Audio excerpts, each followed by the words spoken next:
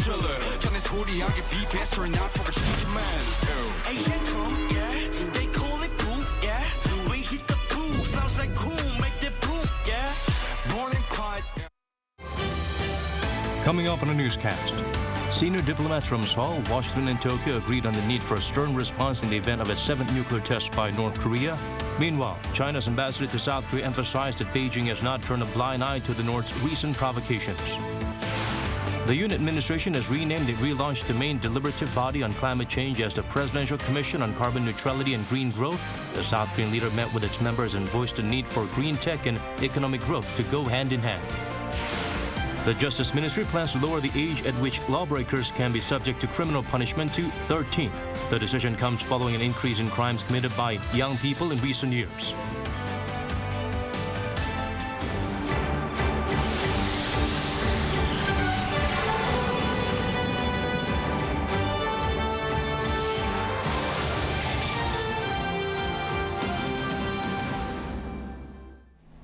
Hello, it's good to have you with us. I'm Daniel Che. Let's begin with our top story. The number 2 diplomats of Seoul, Washington, and Tokyo met to discuss North Korea's recent provocations. The three sides agreed on the need for a response measure of an unprecedented scale if the regime carries out a nuke test. Kim Da-mi starts us off. Senior diplomats from Seoul, Washington, and Tokyo once again agreed on the need for a response on an unprecedented scale in the event of a 7th nuclear test by North Korea. The agreement came out of a trilateral meeting between South Korea's first Vice Foreign Minister Do Hyun-dong and his American and Japanese counterparts in Tokyo on Wednesday. We have agreed to beef up cooperation with the international community so that the North immediately stops its illegal actions and returns to talks on denuclearization. There are growing expectations that the regime could push ahead with a nuclear test at any time in the days ahead of the U.S. midterm elections on November 8th. Pyongyang has been staging weapon tests at an unprecedented pace this year, firing more than 24 ballistic missiles, including one that flew over Japan. Given the possibility of further provocations, including nuclear tests, we have agreed that to achieve complete denuclearization in the North, we will strengthen our regional deterrence capabilities and seek a response from the United Nations, including the Security Council. Wider regional issues were also discussed, including those in the East and South China Seas, especially in light of Chinese President Xi Jinping clinching a third term as a leader. We believe intensely that we need to maintain peace across the Taiwan Strait, and no one should take unilateral action to change that status quo. South Korea's Do Hyun-dong also met with Sherman and Mori separately the previous day to discuss North Korea issues as well as their mutual interests and concerns, including the protective role over Japan's use of forced labor during World War II. Kim Da-mi, Arirang News.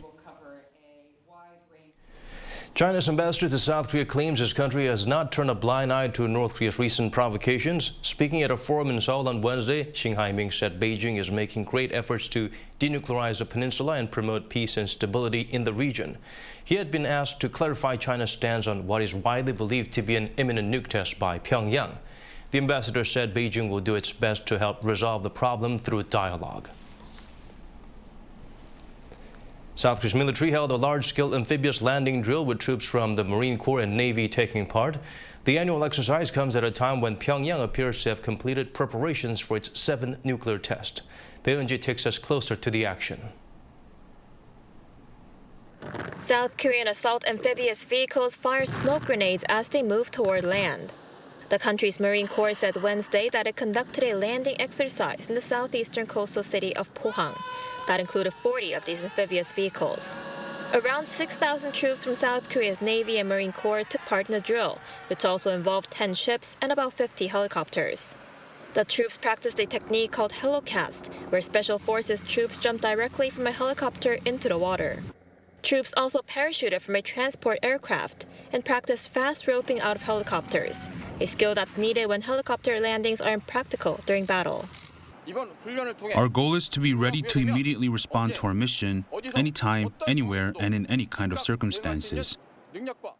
This year's training included other branches of the military, such as the Army Aviation Operations Command, the Air Force Operations Command, and the Cyber Operations Command. The landing drill is held every year, but it's the first time in 4 years that it's been open to the media. The military has in the past refrained from officially commenting on this drill as part of efforts to not provoke North Korea, as the regime has been reacting very sensitively to this kind of exercise. But this year, the military released video footage and a press release after the recent series of provocations from the north.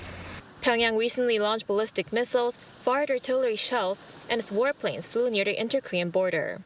The latest exercise is part of South Korean military's annual Hoguk defense drills that kicked off last Monday and run through Friday. Peun, Arirang News. The newly launched Presidential Commission on Carbon Neutrality and Green Growth held its first plenary meeting. Ahead of that event, President Yoon stressed that going carbon neutral must not be a burden on the country's industries. Han Sung-woo shares with us his remarks. The Yoon Suk-yeol administration has renamed and newly relaunched South Korea's main advisory body on climate change as the Presidential Commission on Carbon Neutrality and Green Growth.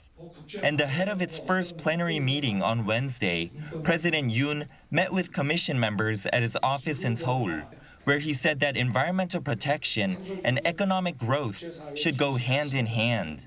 탄소 중립이라는 것이 또 우리 산업의 부담으로 작용해서는 안 되기 때문에 이런 친환경 또 신재생 에너지에 관한 이 혁신과 기술 발전이 따라야 되고.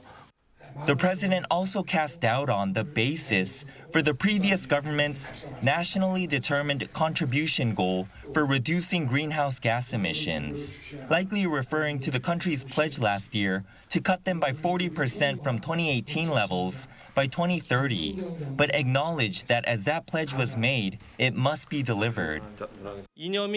President Yoon has asked the Commission to approach the goal not ideologically but scientifically and come up with a detailed implementation plan.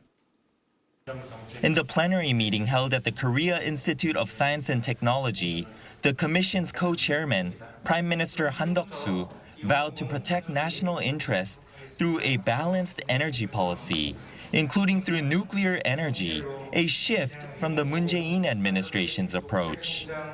We will achieve both energy security and carbon neutrality through the active use of nuclear power plants and by blending in renewable energy.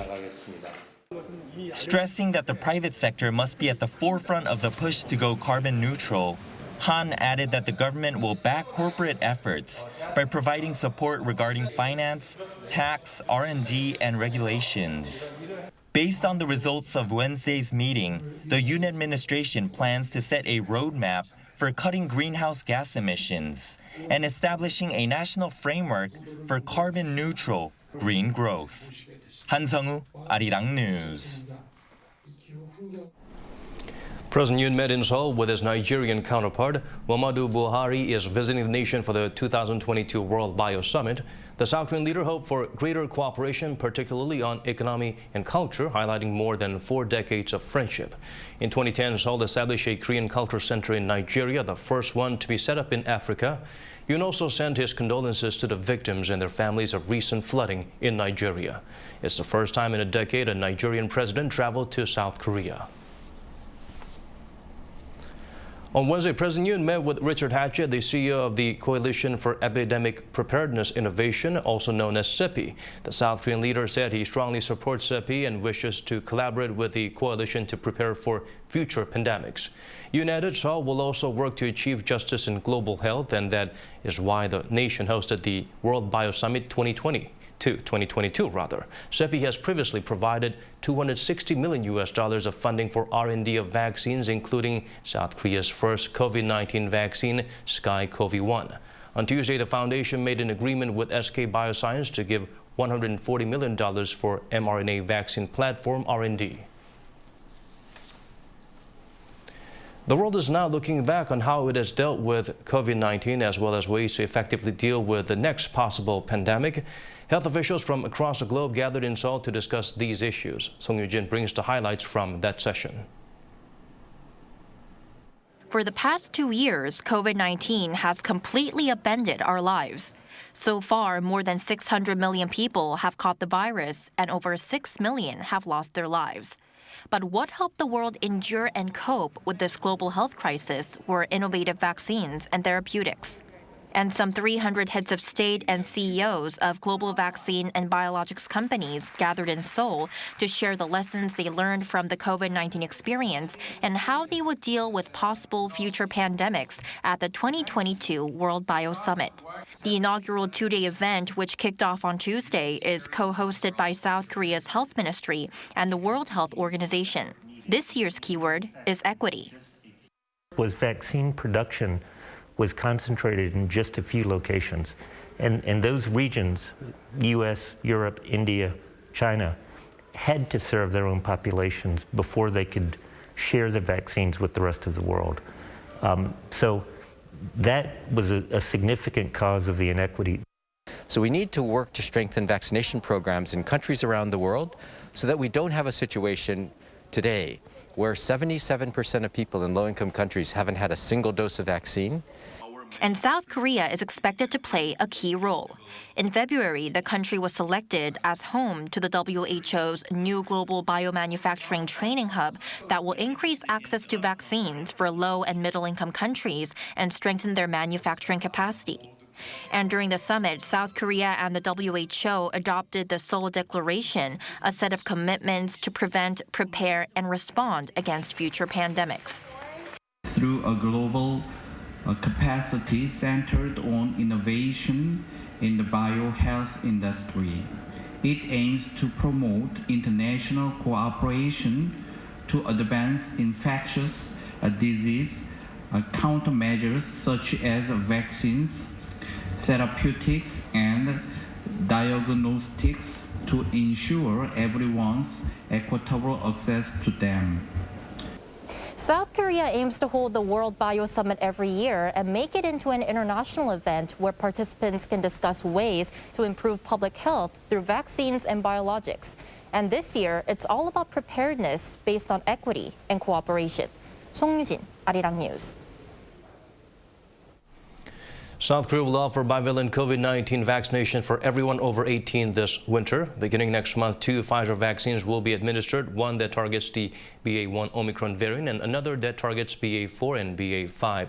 This is in addition to the currently used Moderna shot that targets the BA.1 variant.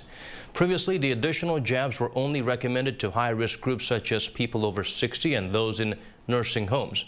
But from Thursday, all adults who completed their primary series of vaccinations or caught COVID-19 at least 4 months ago can reserve their boosters. For Wednesday, South Korea reported slightly over 40,800 new COVID-19 cases. There are 242 severely ill patients and 26 virus-related deaths.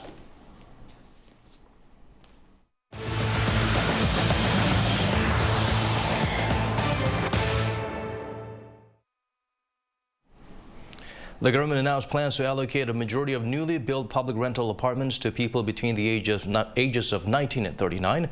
This is in response to criticism that many in this age group had a hard time qualifying for the homes provided by the state for the low-income bracket.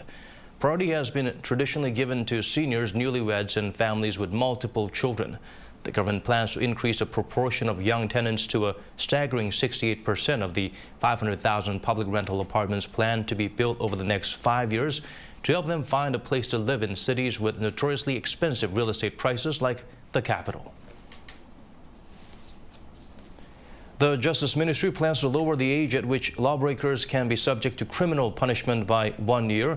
Currently, offenders between 10 and 14 are subject to so-called protective dispositions, meaning they're referred to social services or youth correction institutions. For groups younger than that, cases are a civil matter, but the change will mean juvenile offenders as young as 13 could face fines, though minimal, and or prison sentences which they would serve in facilities separated from adults. There's been an increase in crimes committed by youths in recent years, and the crimes have been more severe. In the decision, the ministry referred to a task force of experts it formed back in June to study this issue. South Korea has long been considered virtually drug-free. Unfortunately, there's been a soaring number of people caught using, buying, and selling drugs in recent years. So the government and the ruling bloc unveiled a comprehensive set of measures to address the problem. Kim Bo-kyung has the full story. The government and the ruling People Power Party will set up a control tower run by the Cabinet Office and a special investigative body to work on anti-drug measures. During the joint meeting, two sides both agreed on the need to respond swiftly to the sharp rise in drug crime and drug users. This comes just 2 days after President Yoon on Monday called for action to address drug crime in South Korea during a weekly meeting with Prime Minister Han Duck-soo. South Korea is no longer a drug-free country. As drug types and distribution channels are getting more sophisticated than ever, national-level measures are very much needed to control the drugs. With easy access to the internet and increased trade on the dark web, drug offences among young people have gone up. The South Korean government is going to mobilise all pan-governmental capabilities to root this out. The new control tower, established under the Office for Government Policy Coordination, will cover all areas from crackdowns, information sharing, prevention to treatment and rehabilitation. A special investigative team will respond to new smuggling methods and distribution. Drug dealers will also face more severe punishments, and any money earned from the sale of drugs, including virtual assets like cryptocurrency, will be confiscated. And regarding drugs that are prescribed as pain medication, doctors will be mandated to see a patient's record to prevent people from using the same prescription. In addition, there will also be more infrastructure for treatment and rehabilitation and public campaigns to raise awareness of the dangers of drugs. Kim Bo-kyung, Arirang News. If you felt bad throwing out perfectly edible items in the fridge because it's past the written expiry date, some welcome changes are around the corner. South Korea will have a new labeling system to help consumers keep food longer. Yoon provides a glimpse of what to expect. The shelf life for food products is going to get longer from next year in South Korea. It's the first time in 38 years that the food expiration labeling system is set to be changed. Until now, the mark dates were seller-centered, which refers to the time period in which a seller must get its product off the shelves. But from 2023, expiration dates are set to become more consumer-centered, which tells buyers up to what point a product can be safely consumed, assuming it had been stored as recommended. So by replacing sell-by dates with use-by dates, the food production industry says the shelf life for food products will get 20 to 50% longer than before. For example, white bread, which has a sell-by shelf life of around 3 to 5 days, will be considered safe to around 25 days. Korean instant noodle or ramyeon, which has a sell-by dates marked at up to 5 months, will be extended to 13 months. This is all going to take effect from next year on January 1st, except for milk, which may deteriorate easily depending on storage conditions. The Ministry of Food and Drug Safety says the new rule is one of the government's efforts to reduce food waste. Over 5.4 million tons of food waste is produced annually, enough to cover 100 soccer fields. And to manage the waste, almost 1.1 trillion won, or around $763 million is being spent every year. But with less food waste, the government says, the savings for corporations and consumers, as well as the reduction in food waste management costs, would come to 1 trillion won, or $690 million annually. Also, some experts say there are environmental benefits too. When processing food waste, methane, which has a high potential to cause global warming, is produced. The global society, including South Korea, has agreed to reduce 30% of methane by 2030 in last year's COP26 meeting. That's why reducing food waste that causes methane emissions is a key point. She added that replacing sell-by dates with use-by dates can benefit consumers too, as it could prevent confusion that can occur when people look at sell-by dates in terms of whether the food is suitable for consumption. Lee Hyun, Arirang News. A national university in Jeju Island has developed its own unique aqua farming technology. A research and innovation agency from Indonesia signed an agreement to work with JNU on the tech. Jang Won-ju tells us more. The fish Hong Kong grouper is known as the red patty in South Korea because of its color. Usually caught in waters off Jeju Island and Namhae on the south coast, the fish sells for about 200,000 won, or $140 per kilogram, and is considered a high-grade fish. The total catch of the red paddy, however, is decreasing every year. In response, Jeju National University and Jeju Island's fish farming companies have found a way to mass-produce their fertilized eggs using hot water from thermal power plants. This advanced technology will be exported to Indonesia.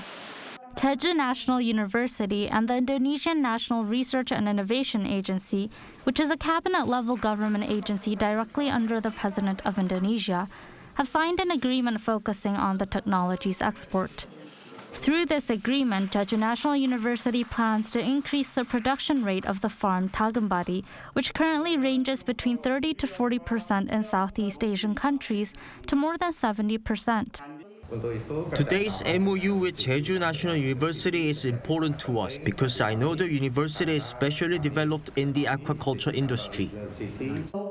Indonesia's fifth president, Megawati, and representatives of Indonesia's government agencies attended the MOU signing event to give their support. Jeju National University also looks forward to advancing joint research with Indonesia in increasingly important areas such as oceanography, climate, and biodiversity. I hope the exchange between the two institutions will bring joint research and joint degrees in the field of marine studies such as aquaculture and biodiversity. Strains of the red paddy produced on Jeju Island have been exported to Malaysia and Singapore since 2017. The excellence of Jeju's aquaculture technology is being reaffirmed as South Korea adds Indonesia, a major seafood consumer, to its list of countries that import South Korean marine technology. 정은주, Arirang News.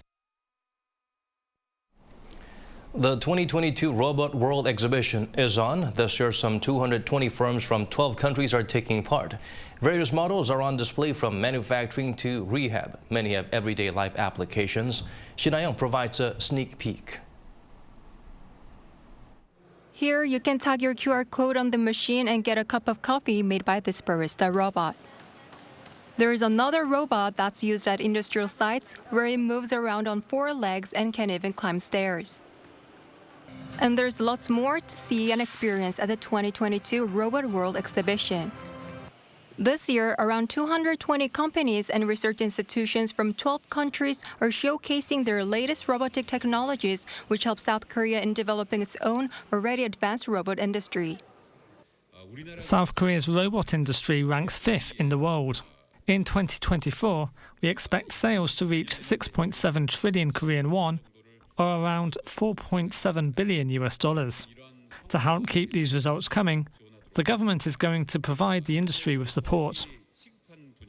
Visitors to this 4-day exhibition can see all kinds of robots used in manufacturing and in daily life. This robot right here is a picking robot which has such delicate human-like fingers that it can pick small things and even help with dishwashing. It's by Iden Robotics, which is known for having developed the world's smallest force and torque sensor. There are also robots with ever more advanced functions for use in physical rehabilitation. Every robot, whether for adults or children, now has both passive and active functions, which enables individuals to walk and use their walking muscles. I hope the government will support not only Korean business, but also those overseas. Another company has developed a solution for electric vehicles, a robot that can charge up their batteries, thereby eliminating the problem of lack of space for charging stations. The lack of charging stations is the biggest reason people hesitate to buy electric vehicles. So we tried a different approach by developing a charger robot that can move around and charge EVs even if there's no space to park at the charging station. He also said he'd like to see the government approach tech policy using so-called negative regulation, that is allowing businesses to try new things unless they're explicitly banned, rather than only trying those things with laws in place permitting them.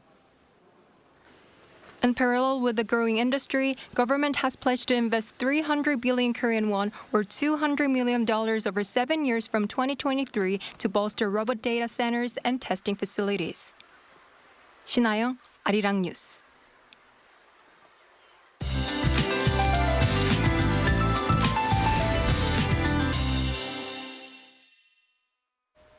Tomorrow, the nation will see typical autumn weather with warm daytime conditions. For Seoul, daily highs will be similar to today at 18 degrees Celsius. But keep in mind that warmer daytime conditions will be creating bigger contrast in daily temperatures. For places like Gapyeong in Gyeonggi-do province, wide temperature gaps of 13 degrees Celsius are expected. And for those along the East Coast, make sure to have your umbrellas handy tomorrow. Cold easterly winds will bring some beneficial showers across the coastlines. For eastern Gangwon-do province, 10 to 40 millimeters of rainfall are in the forecast. The coastal parts of Gyeongsangbuk-do province can expect about 5 to 20. For the rest of the nation, the air will continue to stay dry, so please be careful with fires. Morning lows in Seoul and Daejeon will be kicking off at 8 degrees Celsius. As for the daily highs, Seoul will be reaching 18, Chuncheon 19, Daegu and Gyeongju will be topping out at 21 degrees. There will be partly cloudy skies with wide temperature gaps for the remainder of this week. That's all for now, and here are the weather conditions around the world.